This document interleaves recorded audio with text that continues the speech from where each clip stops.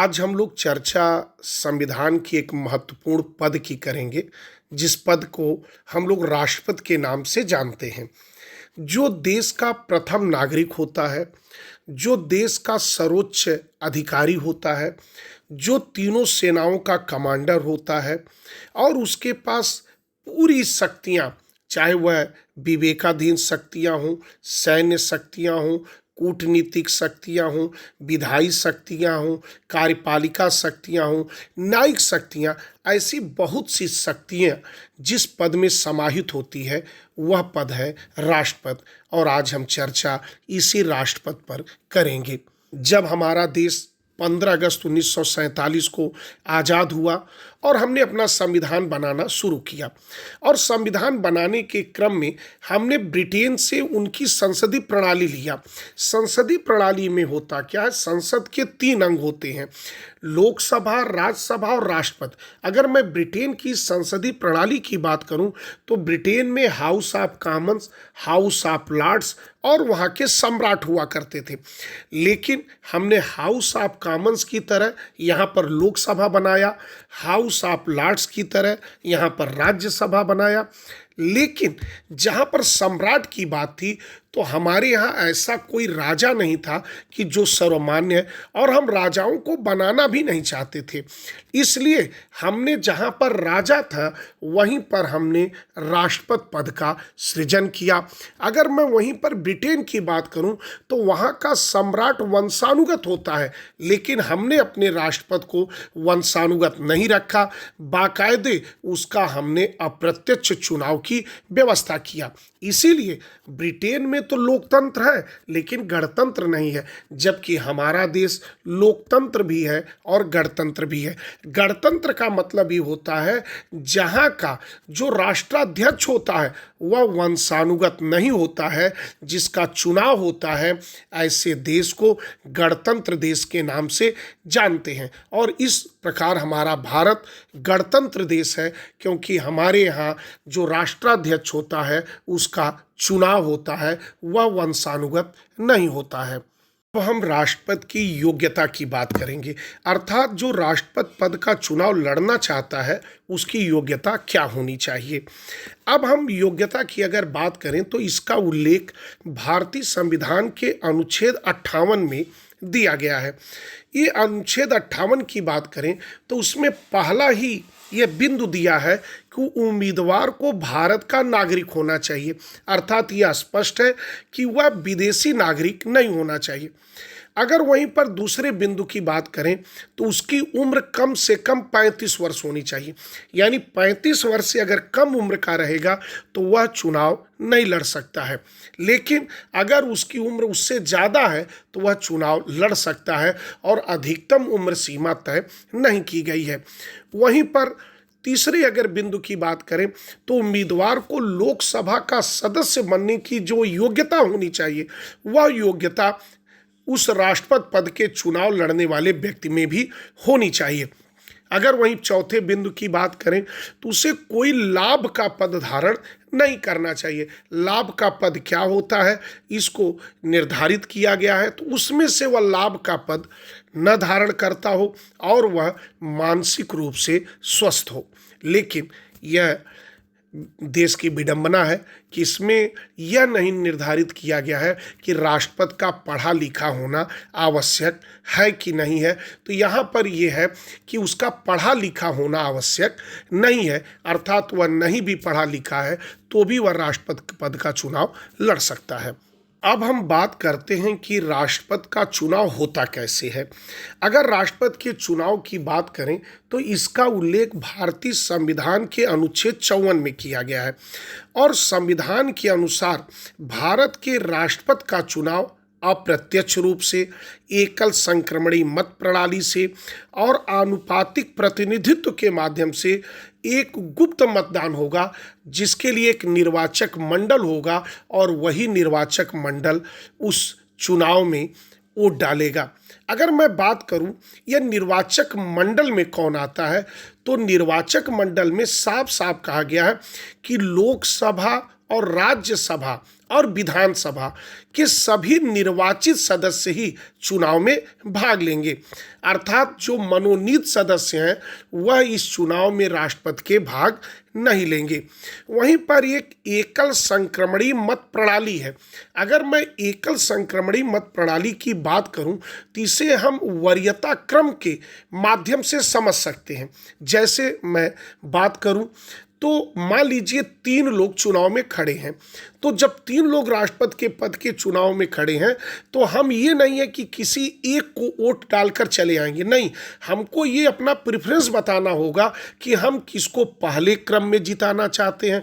अगर वो नहीं जीतता है तो दूसरे क्रम में कौन जीतेगा, अगर वो नहीं जीतता तो तीसरे क्रम में कौन जीतेगा, और इस तरह सभी लोग जाकर अपना वरीयता क्रम में वोट डालते हैं। और इसके बाद ये देखा जाता है कि प्रथम वरीयता क्रम का वोट कौन सबसे ज़्यादा पाया वही विजयी होता है। अब हम ये भी बात कर लें कि आनुपातिक प्रतिनिधित्व भी होता है। आनुपातिक प्रतिनिधित्व का मतलब होता है हर राज्यों में जनसंख्या अलग अलग है, वहाँ के विधानसभा सदस्यों की संख्या अलग अलग है, तो कहीं पर ये विभेद न हो कि कोई जो जनसंख्या बड़ा वाला है, जहाँ पर विधानसभा सदस्यों की संख्या ज़्यादा है, उसका प्रतिनिधित्व तो ज़्यादा न हो जाए। इसलिए वहाँ के लिए एक फार्मूला बनाया गया है कि उस फार्मूले के माध्यम से हम वहाँ का निकाल लेते हैं। जैसे अगर हम एक सांसद के वोट की वैल्यू निकालते हैं तो हम पहले क्या करते हैं, सभी निर्वाचित विधायकों के वोटों की कुल वैल्यू कितनी है उसमें हम दोनों सदनों के निर्वाचित सांसदों की संख्या से भाग दे देते हैं और इस तरह एक सांसद के वोट की वैल्यू निकल जाती है।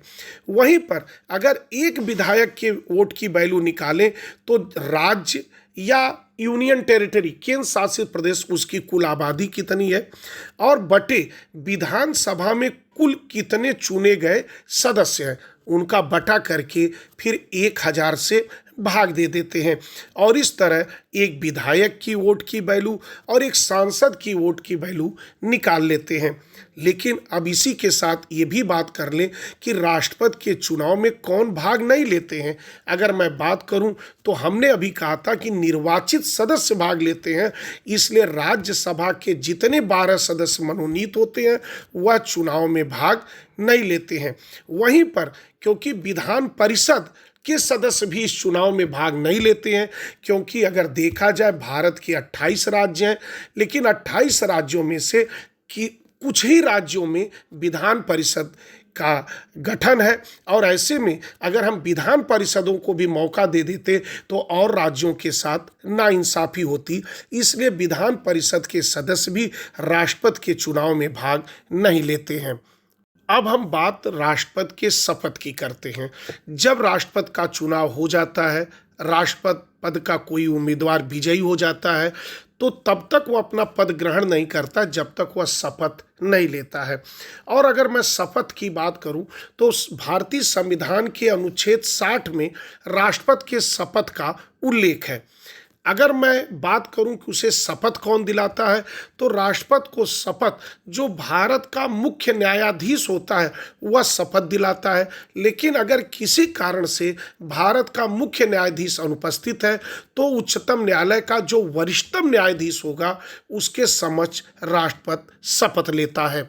राष्ट्रपति के चुनाव होने के बाद वह शपथ ग्रहण करता है और शपथ ग्रहण करने के बाद अपने पद ग्रहण की तिथि से वह 5 वर्ष तक अपने पद पर बना रहता है। लेकिन भारतीय संविधान के अनुच्छेद 61 में यह उल्लेख किया गया है कि अगर किसी कारण से बीच में ही राष्ट्रपति को हटाने की आवश्यकता महसूस की गई तो उसके ऊपर महाभियोग लगाया जा सकता है। लेकिन यह महाभियोग केवल 2 आधार पर लगाया जाएगा। पहला सिद्ध कदाचार और दूसरा असमर्थता। सिद्ध कदाचार का तात्पर्य होता है कि यदि उसने संविधान का उल्लंघन किया और संविधान का उल्लंघन की यह बात सिद्ध हो चुकी है, तब उसके ऊपर महाभियोग लगाया जा सकता है। वहीं पर असमर्थता की बात करें कि जब राष्ट्रपति काम करने में ही क्या हो जाए, असमर्थ हो जाए, तो इसी दो आधार पर उसके ऊपर महाभियोग चलाया जा सकता है। लेकिन यह महाभियोग चलाने के लिए सबसे पहले ये संसद के दोनों सदनों में से कोई भी सदन इस प्रस्ताव को ला सकता है, इस महाभियोग को ला सकता है, चाहे वह लोकसभा लाए चाहे राज्यसभा लाए। लेकिन अगर मैं जिस भी सदन की बात करूं तो ये कहा गया है कि पहले 1/4 सदस्य उस सदन के या अपने अध्यक्ष को लिख कर दें कि हम महाभियोग लाना चाहते हैं, और यह बात जब क्लियर हो जाए कि उसके ऊपर महाभियोग लाया जाएगा तो उसे 14 दिन की पूर्व सूचना देना आवश्यक होता है। तो राष्ट्रपति 14 दिन की उसे पूर्व सूचना मिलती है, वह स्वतः आकर या अपने वकील के माध्यम से अपनी बात रख सकता है।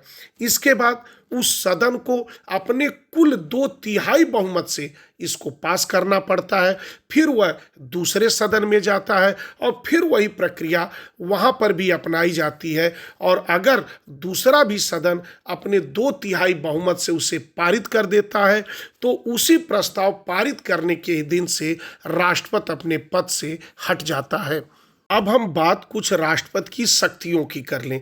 अगर मैं राष्ट्रपति की शक्तियों की बात करें तो राष्ट्रपति की शक्ति असीमित है। अगर उसमें मैं मोटे मोटे में बात करूं तो उसके पास विधायी शक्ति है, उसके पास कार्यपालिका शक्ति है, उसके पास न्यायिक शक्ति है, उसके पास कूटनीतिक शक्ति है, अर्थात शक्तियां बहुत सी हैं। अब हम एक एक शक्तियों की चर्चा करते हैं। अगर हम कार्यपालिका शक्ति की बात करें तो कार्यपालिका शक्ति में हमारे जो प्रधानमंत्री होते हैं और जो हमारे मंत्री होते हैं उनकी नियुक्तियों का अधिकार राष्ट्रपति को होता है। वहीं पर राष्ट्रपति प्रधानमंत्री की तो नियुक्ति करता है, जो बहुमत दल का नेता होता है उसे प्रधानमंत्री बना देता है, और जो अन्य मंत्री होते हैं वह प्रधानमंत्री जब उनकी सलाह देता है प्रधानमंत्री कि इनको मंत्री बना दिया जाए तो राष्ट्रपति उनको मंत्री पद पर नियुक्त कर देता है। अगर मैं न्यायाधीशों की बात करूं तो चाहे वह सुप्रीम कोर्ट के मुख्य न्यायाधीश हों या हाई कोर्ट के मुख्य न्यायाधीश हों या अन्य न्यायाधीश हों, उन सबकी नियुक्ति का अधिकार राष्ट्रपति के पास होता है। वहीं पर भारत में जितने भी राज्यपाल होते हैं उन राज्यपालों की नियुक्तियों का भी अधिकार राष्ट्रपति के पास होता है। वहीं पर मुख्य चुनाव आयुक्त की बात करें, अन्य चुनाव आयुक्त की बात करें, अटॉर्नी जनरल की बात करें, नियंत्रक एवं महालेखा परीक्षक की बात करें, इन सभी की नियुक्तियों का अधिकार राष्ट्रपति के पास होता है। अब हम उसकी विधायी शक्ति की बात करें। विधायी शक्ति का मतलब होता है कानून बनाने की शक्ति। तो कानून बनाने की शक्ति में अगर बात करें तो सबसे पहले तो यही अध्यादेश जारी करने की शक्ति। अनुच्छेद 123 में राष्ट्रपति की यह अध्यादेश जारी करने की शक्ति दी गई है। इसमें यह कहा गया कि अगर किसी कारणवश जो है अविलंब कोई कानून बनाने की आवश्यकता पड़ जाए और अगर संसद सत्र में नहीं हो तो ऐसे में राष्ट्रपति मंत्रिपरिषद की सलाह पर अध्यादेश जारी कर सकता है, और जिसका प्रभाव उसी तरीके से रहेगा जैसे वह लोकसभा और राज्यसभा से पारित किसी कानून का रहता है, और इसका प्रभाव 6 महीने तक रहता है। लेकिन अगर 6 महीने के पहले ही संसद का सत्र बुला लिया गया है तो ये प्रावधान किया गया है संसद का सत्र बुलाने के 6 सप्ताह के अंदर ही इसे संसद से पास कराना होगा। वहीं पर संसद का सत्र बुलाने का और सत्रावसान करने का भी शक्ति ये राष्ट्रपति को दिया गया है। वहीं पर अगर बात करें तो राज्यसभा में जितने भी सदस्य नामित होते हैं, जो 12 सदस्य, उनको भी नामित करने का अधिकार इसी राष्ट्रपति को दिया गया है। अब हम उसके वित्तीय शक्तियों की चर्चा करते हैं। अगर वित्तीय शक्तियों की बात करें तो अनुच्छेद 112 में बजट प्रस्तुत करने का उल्लेख है, लेकिन यह बजट तभी पेश किया जा सकता है जब राष्ट्रपति इसकी अनुमति देता है। राष्ट्रपति की ये अनुमति से ही यह बजट संसद में पेश किया जाता है। वहीं पर जितने भी धन विधेयक होते हैं वह बिना राष्ट्रपति के पूर्व सहमति से वह सदन में पेश नहीं किया जा सकता है। वहीं पर अगर मैं आकस्मिक निधि की बात करूं तो आकस्मिक निधि से जितने भी पैसे होते हैं वह राष्ट्रपति की मंजूरी से ही निकलते हैं। वहीं पर अगर हम उसकी न्यायिक शक्ति की बात करें तो राष्ट्रपति को न्यायिक शक्ति भी दी गई है और यह शक्ति उसे अनुच्छेद 72 के तहत दी गई है। अब हम अनुच्छेद 72 के तहत राष्ट्रपति को प्राप्त न्यायिक शक्तियों का जिक्र करते हैं। तो पहला, अगर मैं क्षमादान की बात करूं तो राष्ट्रपति को एक ऐसी शक्ति प्राप्त है कि वह सुप्रीम कोर्ट द्वारा अगर उसे फांसी की भी सज़ा या किसी सैन्य अदालत द्वारा उसे कोई फांसी की सज़ा या कोई भी सज़ा दी गई है तो वह उसे ऐसे माफ़ कर सकता है जैसे उसने ये अपराध किया ही न हो। वहीं पर एक दूसरी शक्ति होती है लघुकरण। अगर मैं लघुकरण की बात करूं तो इसमें हम दंड की प्रकृति को कठोर से हटाकर उसे नरम में कर देते हैं। जैसे कठोर कारावास को हमने साधारण कारावास में चेंज कर दिया। वहीं पर अगर अगली बात करें तो हम परिहार की बात करते हैं। इसमें हम दंड की अवधि घटा देते हैं परंतु उसकी प्रकृति को हम चेंज नहीं करते हैं। वहीं पर अगर मैं विराम की बात करूं तो हम दंड में कमी ला देते हैं इस आधार पर कि जैसे कोई गर्भवती महिला है उसकी सज़ा में हम कमी ला देते हैं। इस प्रकार यह राष्ट्रपति की न्यायिक शक्ति होती है। राष्ट्रपति को कुछ आपातकालीन शक्तियां भी प्राप्त हैं, जैसे वह अनुच्छेद 352 के तहत देश में राष्ट्रीय आपातकाल की घोषणा कर सकता है। और ये राष्ट्रीय आपातकाल की उद्घोषणा वह 3 आधार पर कर सकता है। अगर युद्ध शुरू हो जाए या किसी दूसरे देश ने हमारे देश के ऊपर आक्रमण कर दिया या सशस्त्र विद्रोह हो गया तो मंत्रिमंडल अगर लिखित अपना परामर्श दे तो ऐसे में राष्ट्रपति देश में राष्ट्रीय आपात लगा सकता है। वहीं पर अगर राज्यों में आपातकाल की बात करें अर्थात अनुच्छेद 356 की बात करें तो किसी भी राज्य में जब संवैधानिक तंत्र विफल हो जाता है तो वहाँ पर राष्ट्रपति शासन लगाया जा सकता है। ये भी राष्ट्रपति की शक्तियाँ हैं।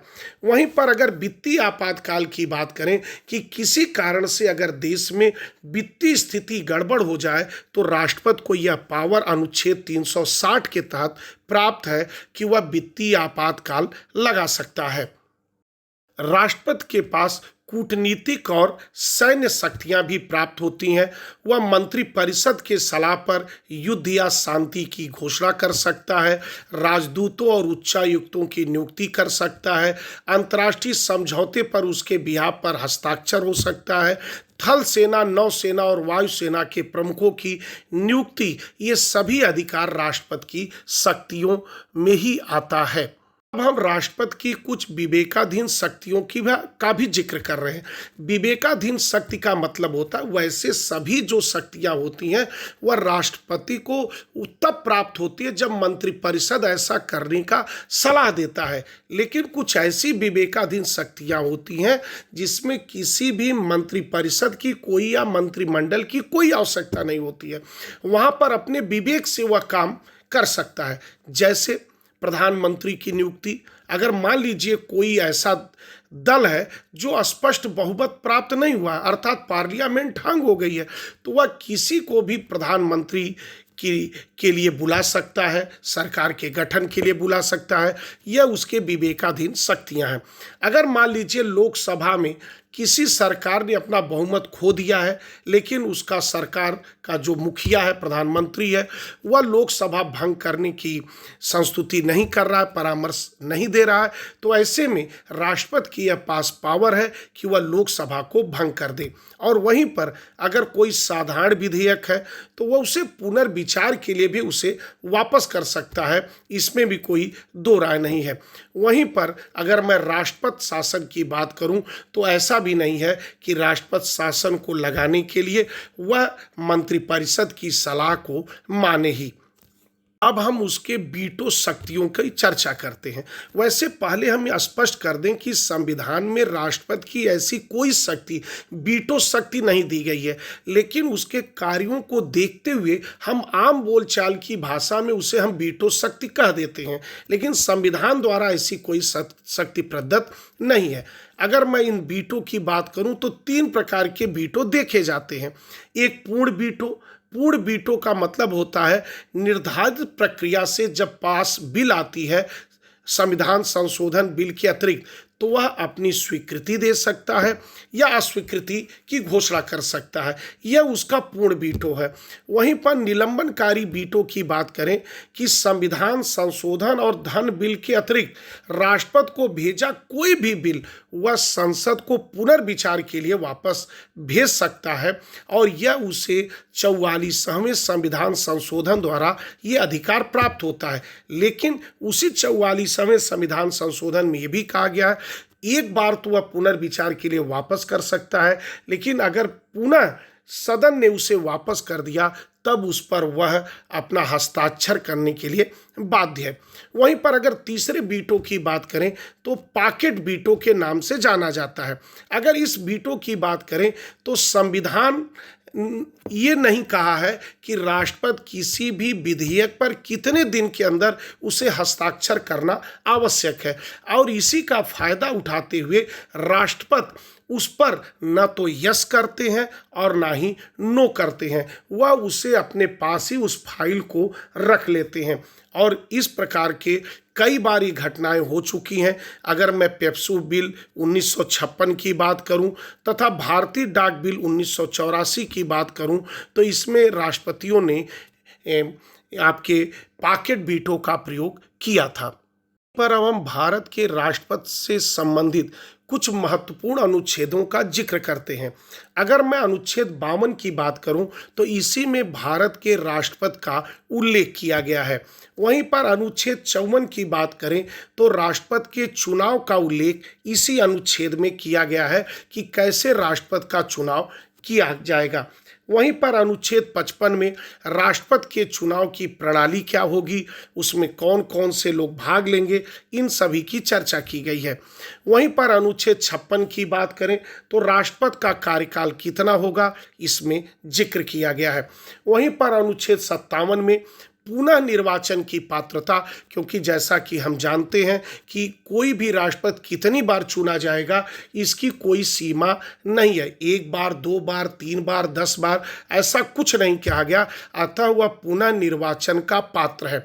वहीं पर अनुच्छेद 58 की बात करें तो राष्ट्रपति के रूप में चुनाव के लिए उसकी क्या योग्यता होनी चाहिए, यह भारतीय संविधान के अनुच्छेद 58 में उल्लेख है। वहीं पर अनुच्छेद 60 की बात करें तो राष्ट्रपति द्वारा के लिए गए शपथ का उल्लेख किया गया है। वहीं पर अनुच्छेद 61 की बात करें तो राष्ट्रपति पर महाभियोग की प्रक्रिया का उल्लेख किया गया है। और अनुच्छेद 71 में राष्ट्रपति के चुनाव से अगर कोई संबंधित मामला है तो उसका निपटारा उच्चतम न्यायालय करेगा, इसका उल्लेख किया गया है। वहीं पर अनुच्छेद 72 की बात करें तो राष्ट्रपति को कैसी क्षमा शक्ति प्राप्त है, यह उसका उल्लेख अनुच्छेद 72 में किया गया है। वहीं पर अनुच्छेद 74 की बात करें तो राष्ट्रपति को सहायता एवं सलाह देने के लिए एक मंत्रिपरिषद होगी जिसका प्रधान प्रधानमंत्री होगा, इसका उल्लेख अनुच्छेद 74 में किया गया है।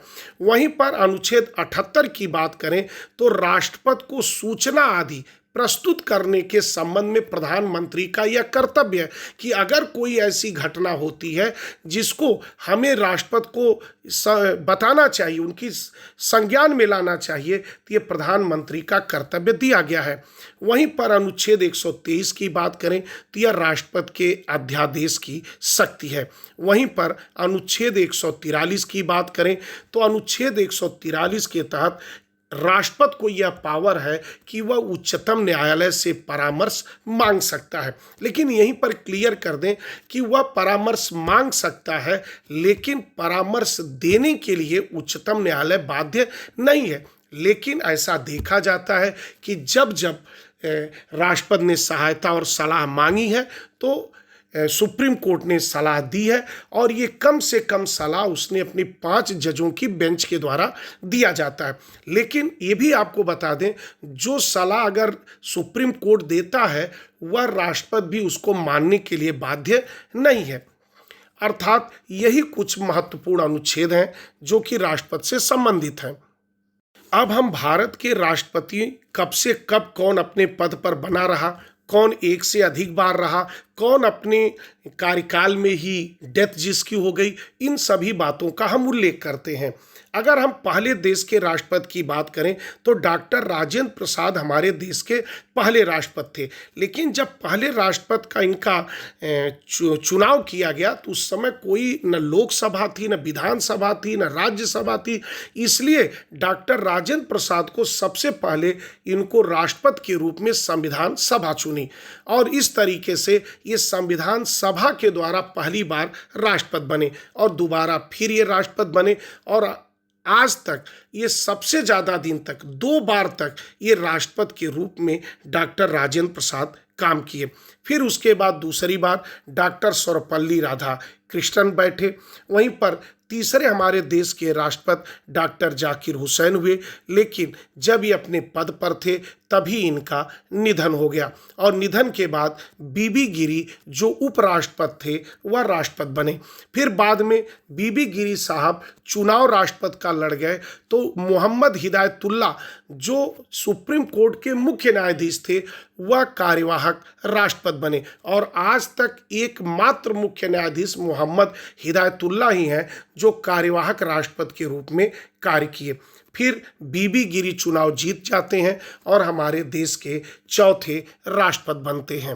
अब हम देश के 5वें राष्ट्रपति डॉक्टर फखरुद्दीन अली अहमद का जिक्र करते हैं, लेकिन दुर्भाग्यवश इनका भी जब अपने पद पर थे तभी इनकी डेथ हो गई, और फिर उपराष्ट्रपति बी.डी. जत्ती कार्यवाहक राष्ट्रपति बने। बाद में नीलम संजीव रेड्डी 6वें क्रम के राष्ट्रपति बने, और आज तक एकमात्र राष्ट्रपति नीलम संजीव रेड्डी रहे हैं जो निर्विरोध चुने गए हैं।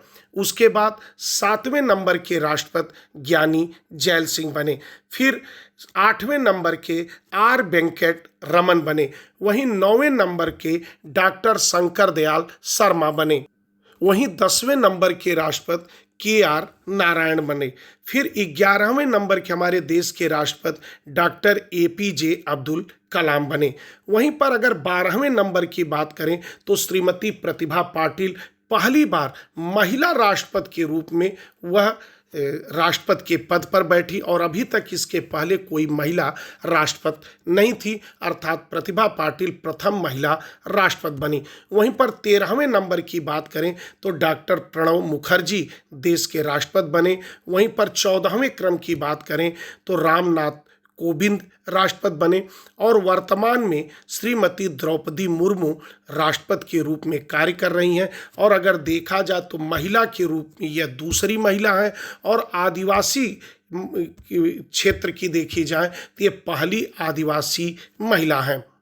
अब हम राष्ट्रपति के बारे में कुछ महत्वपूर्ण तथ्यों की भी चर्चा करते हैं, लेकिन महत्वपूर्ण तथ्यों की अगर चर्चा की बात करें तो ये चर्चा हमने अभी बातचीत के क्रम में हमने आगे ही कर दिया है, तो अब यहाँ पर उनका फिर से बात करना उचित नहीं लगता है, तो फिर आप एक बार उसको देख सकते हैं।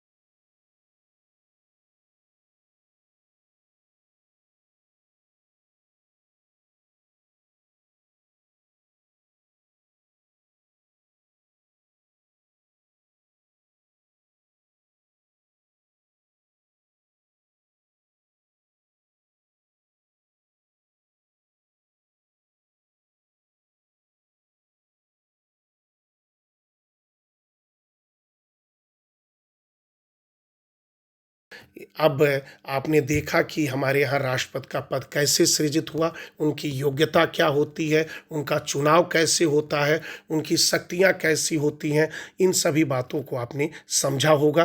तो अब मैं अपनी वाणी को विराम देता हूँ। बहुत बहुत धन्यवाद।